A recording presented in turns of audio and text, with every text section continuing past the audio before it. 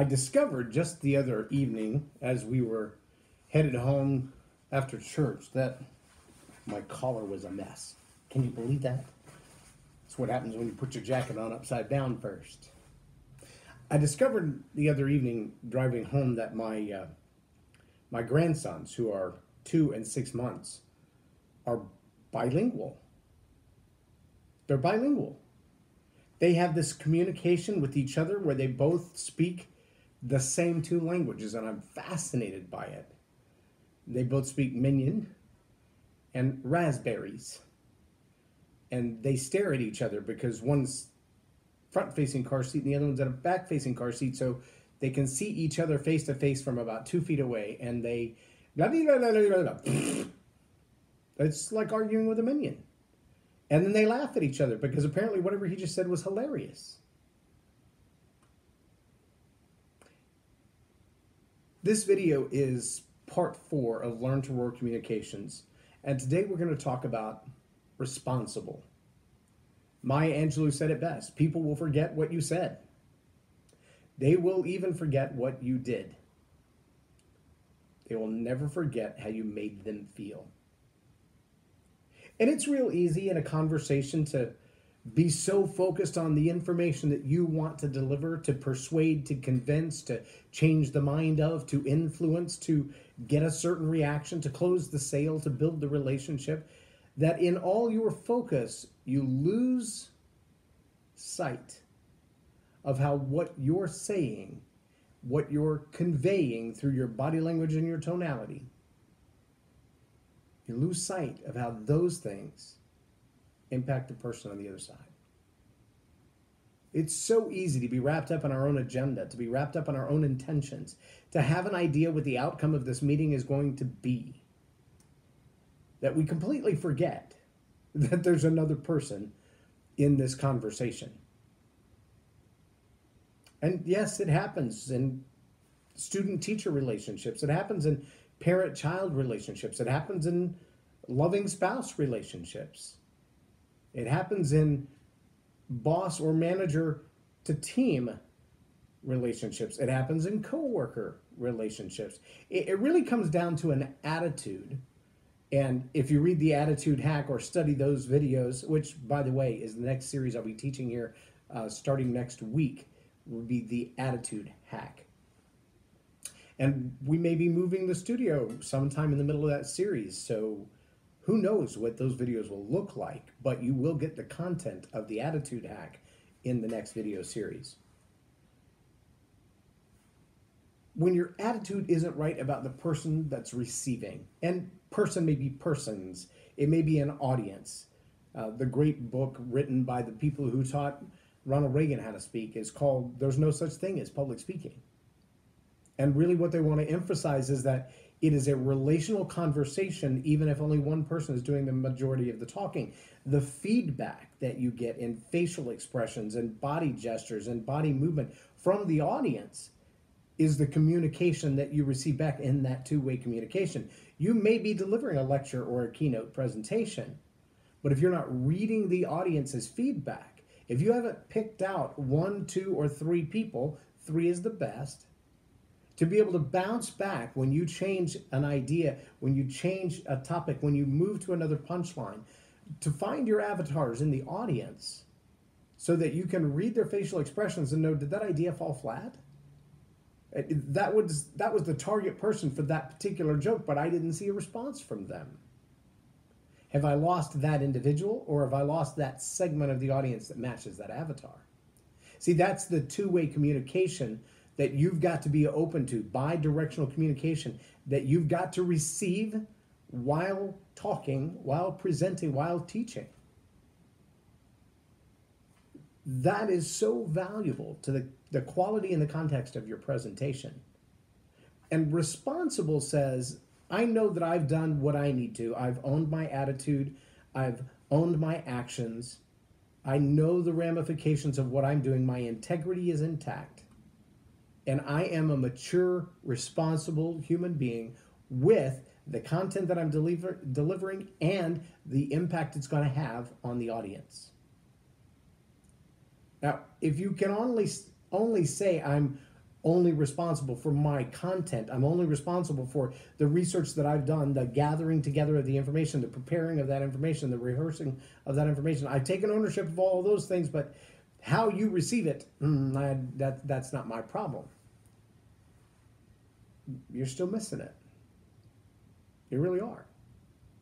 Yeah, I believe it's in the closing chapters of Everyone Communicates, Few Connect by John Maxwell that he tells this story. And I've heard him tell it live, so maybe it was in our live certification training that I heard it and not in the book, but I'm pretty sure it's in the book. He tells a story about how he participated in a golf tournament. And in this golf tournament, he was the closing keynote speaker, supposed to speak just before dinner. And they got out there early in the morning, and it was all doctors and surgeons and well-paid, highly educated people. They got ready to tee off, and there was a little rain, and there were some delays, and so tee time got pushed back. And what was supposed to be golf from 2 to 4, mingle from 4 to 6, a short presentation by the president of the chapter by 6 o'clock, and then his keynote from 7 to 8, and then dinner at 8. Turned out that he didn't even take the stage until 5 or 6 minutes before 8 p.m. Everything got pushed back. Everything got delayed. Everything was a little bit discombobulated because of the weather and the changes, etc.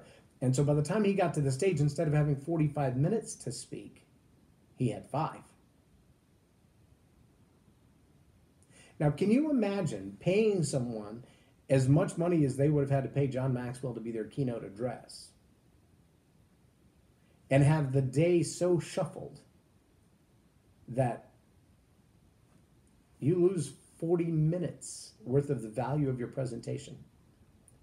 Well, so the other question then is, do you just tell them to go ahead and go for 45 minutes and eat a cold dinner?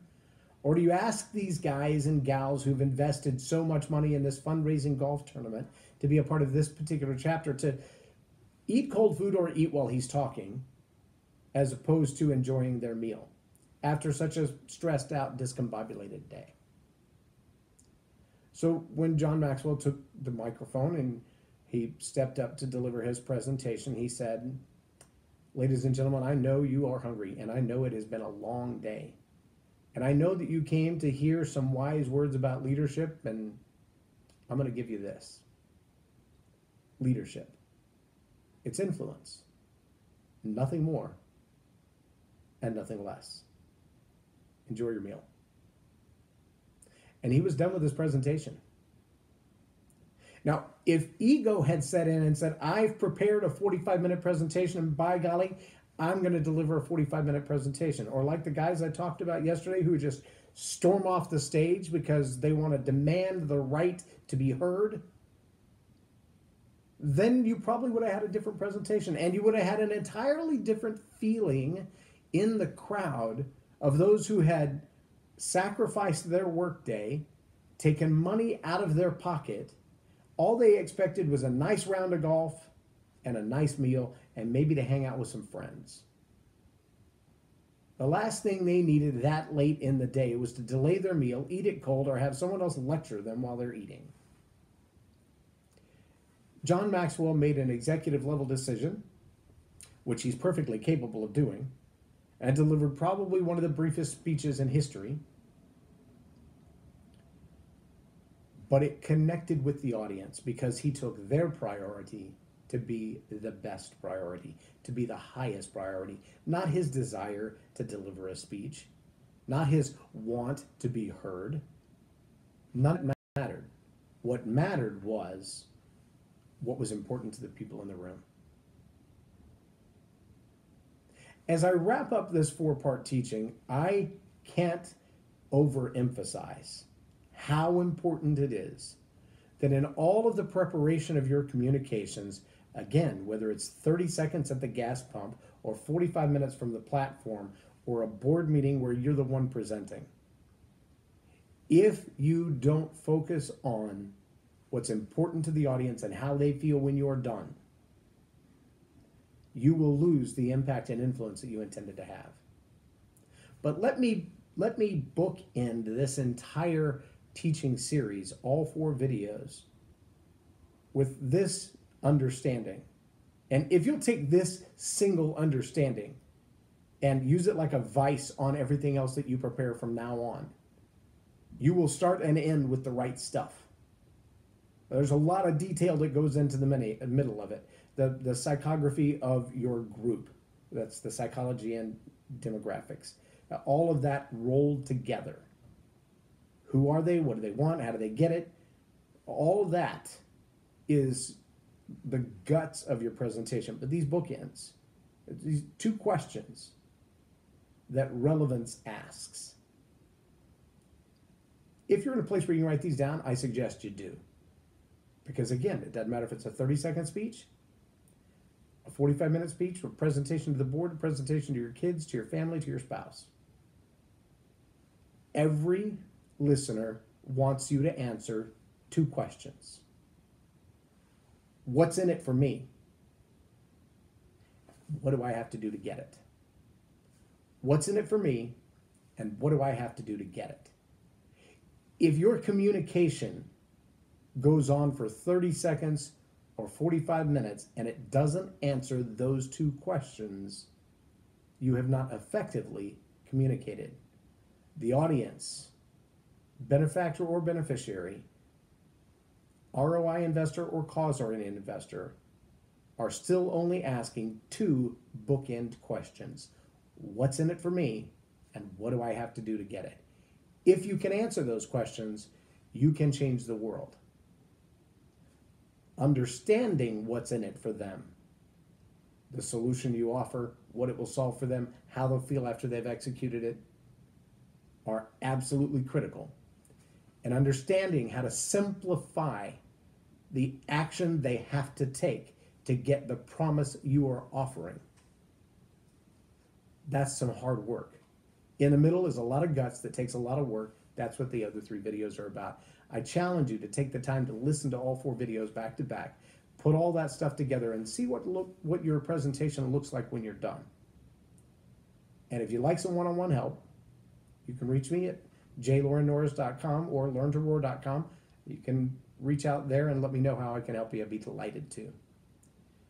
Until I see you again, have a blessed day. I'm J Loren Norris, and you've been watching Tell It Like It Is TV.